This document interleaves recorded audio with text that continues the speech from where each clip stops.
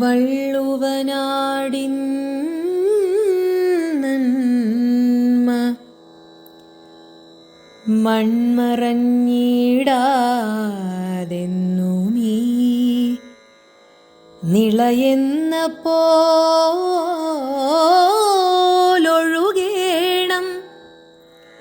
നിളയെന്ന പോലൊഴുകേണം, ഉൾമനം തഴുകേണം, ഉൾച്ചിരി വിരിയേണം. വള്ളുവനാടിൻ നന്മ വള്ളുവനാടിൻ നന്മ.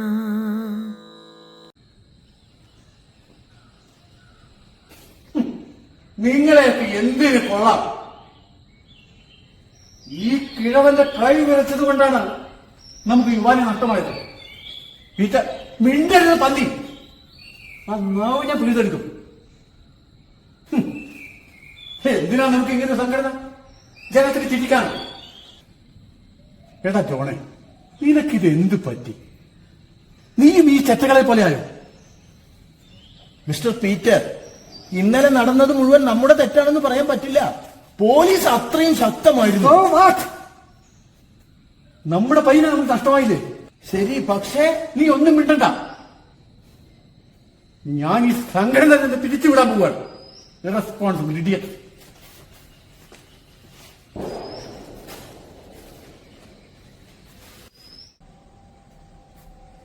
നീ പറഞ്ഞു വരുന്നത് എന്താണ്? എടാ, ഞാനൊരു നിരീശ്വരവാദി. പക്ഷെ ഇത് ജനത്തിനെ ബോധ്യപ്പെടുത്തണ്ടേ?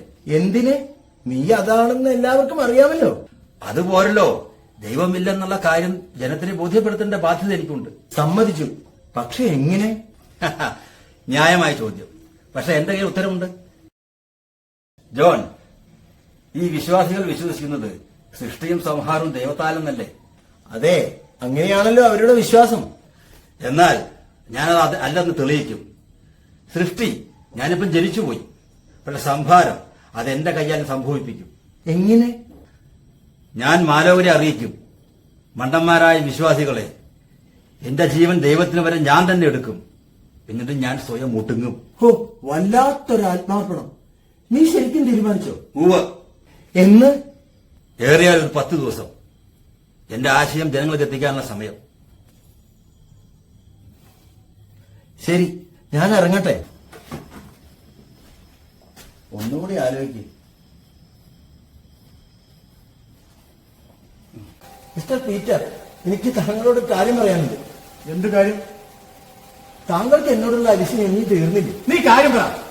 ഞാൻ നമ്മുടെ കിർലോവിനെ കണ്ടുവരുന്ന വഴിയാണ്. അതിന്? അവൻ തന്റെ നിരീശ്വരവാദം തെളിയിക്കാൻ വേണ്ടി ആത്മഹത്യ ചെയ്യാൻ പോകുന്നത്രേ. അവൻ താങ്കളുടെ പഴയ സുഹൃത്തല്ലേ? അവന്റെ മരണം താങ്കൾ വിചാരിച്ചാൽ നമ്മുടെ സംഘടനയ്ക്ക് ഒരു ഗുണകരമായി മാറ്റാൻ സാധിക്കില്ലേ? നീ എന്താണ് ഈ പറഞ്ഞു വരുന്നത്?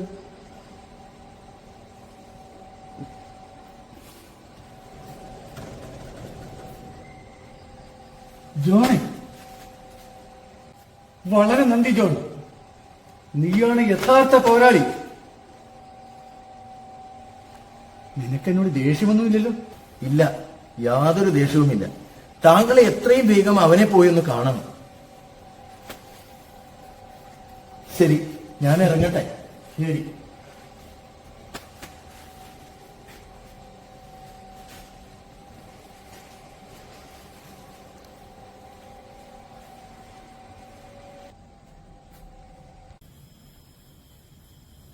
ഓ പീറ്റർ, നിന്നെ കണ്ടു ഒത്തിരി നാളായല്ലോ. വാ, ഇരിക്കും. ശരിയാണ്, വളരെ വളരെ വളരെ വളരെ നാളായി. പക്ഷേ ഞാൻ നിന്നെ ഓർക്കാറുണ്ട് കേട്ടോ. ഓ, താങ്ക് യു. ഇരിക്കും.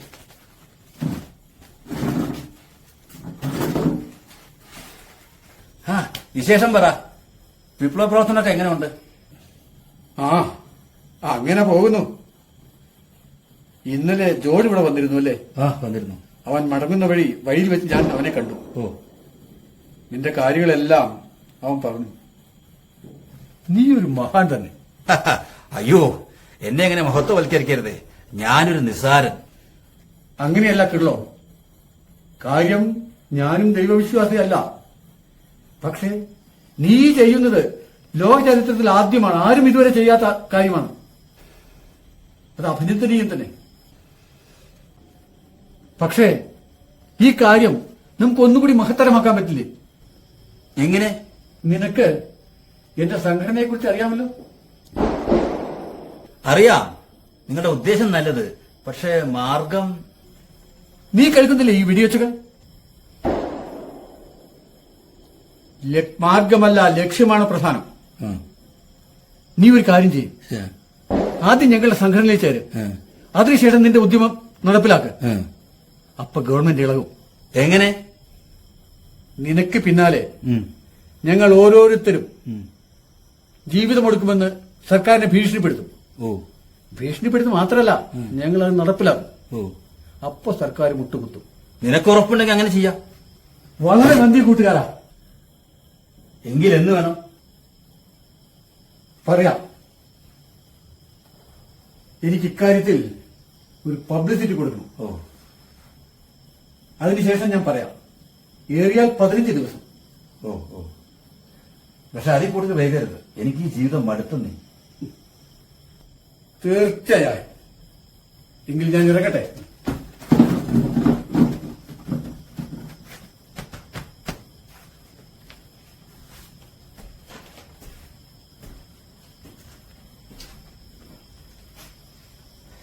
നീ പ്രണയിച്ചിട്ടില്ലേ ഇതുവരെ? ഞാനിത് പ്രണയിച്ചിട്ടില്ല. തീരെ? സത്യം. അതിശയമായിരിക്കുന്നു. ഞാൻ 3 പേരെ പ്രണയിച്ചിട്ടുണ്ട്. പക്ഷെ 3ഉം ബെടുക്കൂസുകളായിരുന്നു. നീ തികച്ചും വ്യത്യസ്തനാണ്. ഞാൻ ആദ്യമായിട്ടാണ് ഒരു പെൺകുട്ടിയോട് ഇത്രയും അടുത്ത് പെരുമാറുന്നത്. എന്നിട്ടും നീ നിന്റെ മനസ്സ് തുറക്കുന്നില്ലല്ലോ. അന്ന, എനിക്ക് നിന്നെ നല്ലതുപോലെ ഇഷ്ടമായി. ദൈവമേ, ഇത് കേൾക്കാൻ ഞാൻ എത്ര നാളായി കൊതിച്ചിരിക്കുന്നു. ശരി, നമുക്ക് നമ്മുടെ ഭാവി ജീവിതത്തിനെ കുറിച്ച് പ്ലാൻ ചെയ്യാം.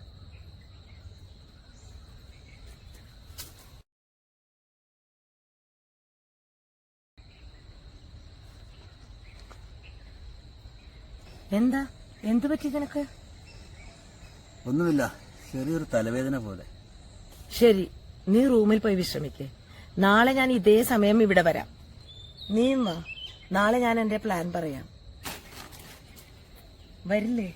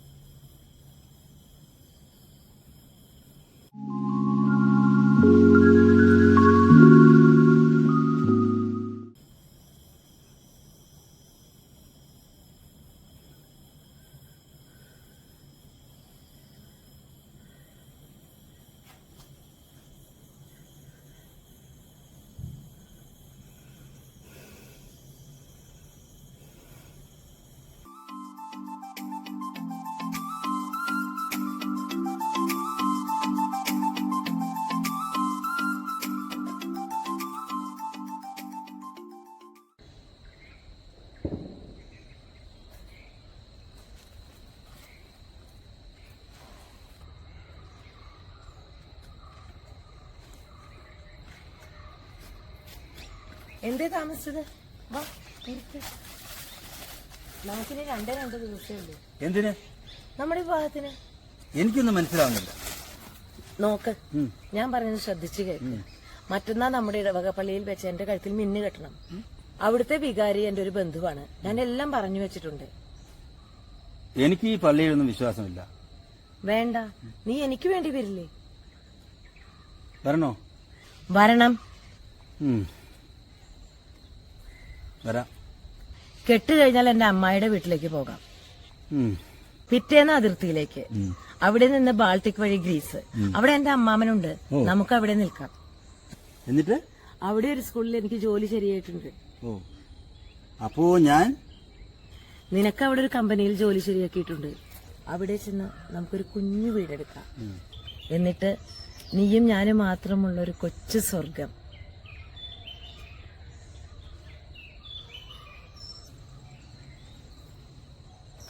നീ എന്തിനാ കരയണേ?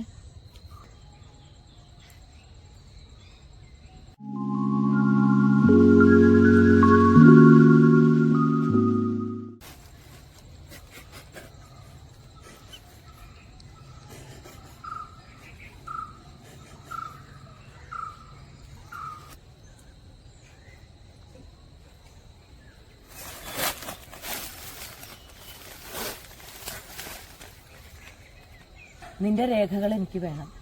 രേഖകൾ എന്റെ റൂമിലുണ്ട്, ഞാൻ എടുത്തുകൊണ്ടുവരാം. വേണ്ട, വൈകിട്ട് ഞാൻ റൂമിലോട്ട് വരുന്നുണ്ട്. ഓ, അപ്പൊ തന്നാ മതി. പോട്ടെ ഞാൻ.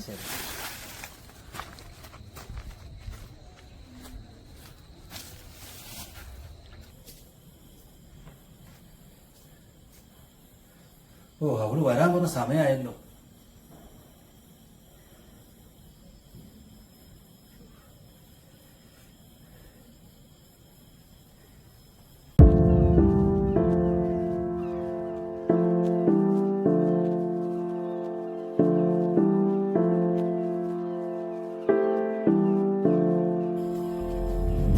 ഓ, അല്ല,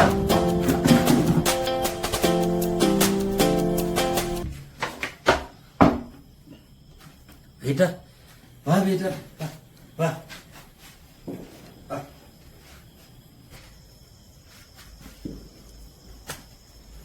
വാ. ഇരിക്ക്. ഇരിക്ക്.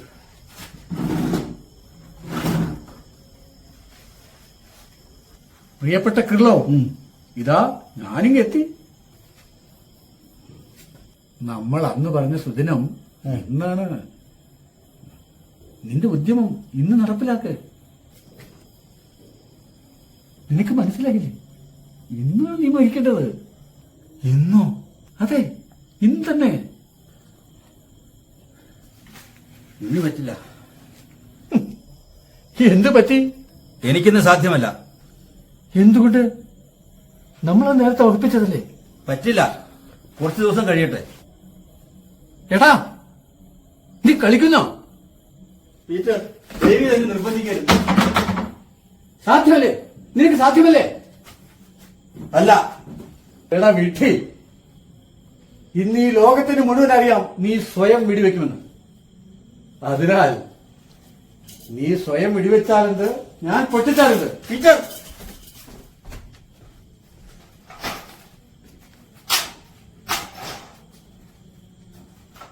Peter, Peter.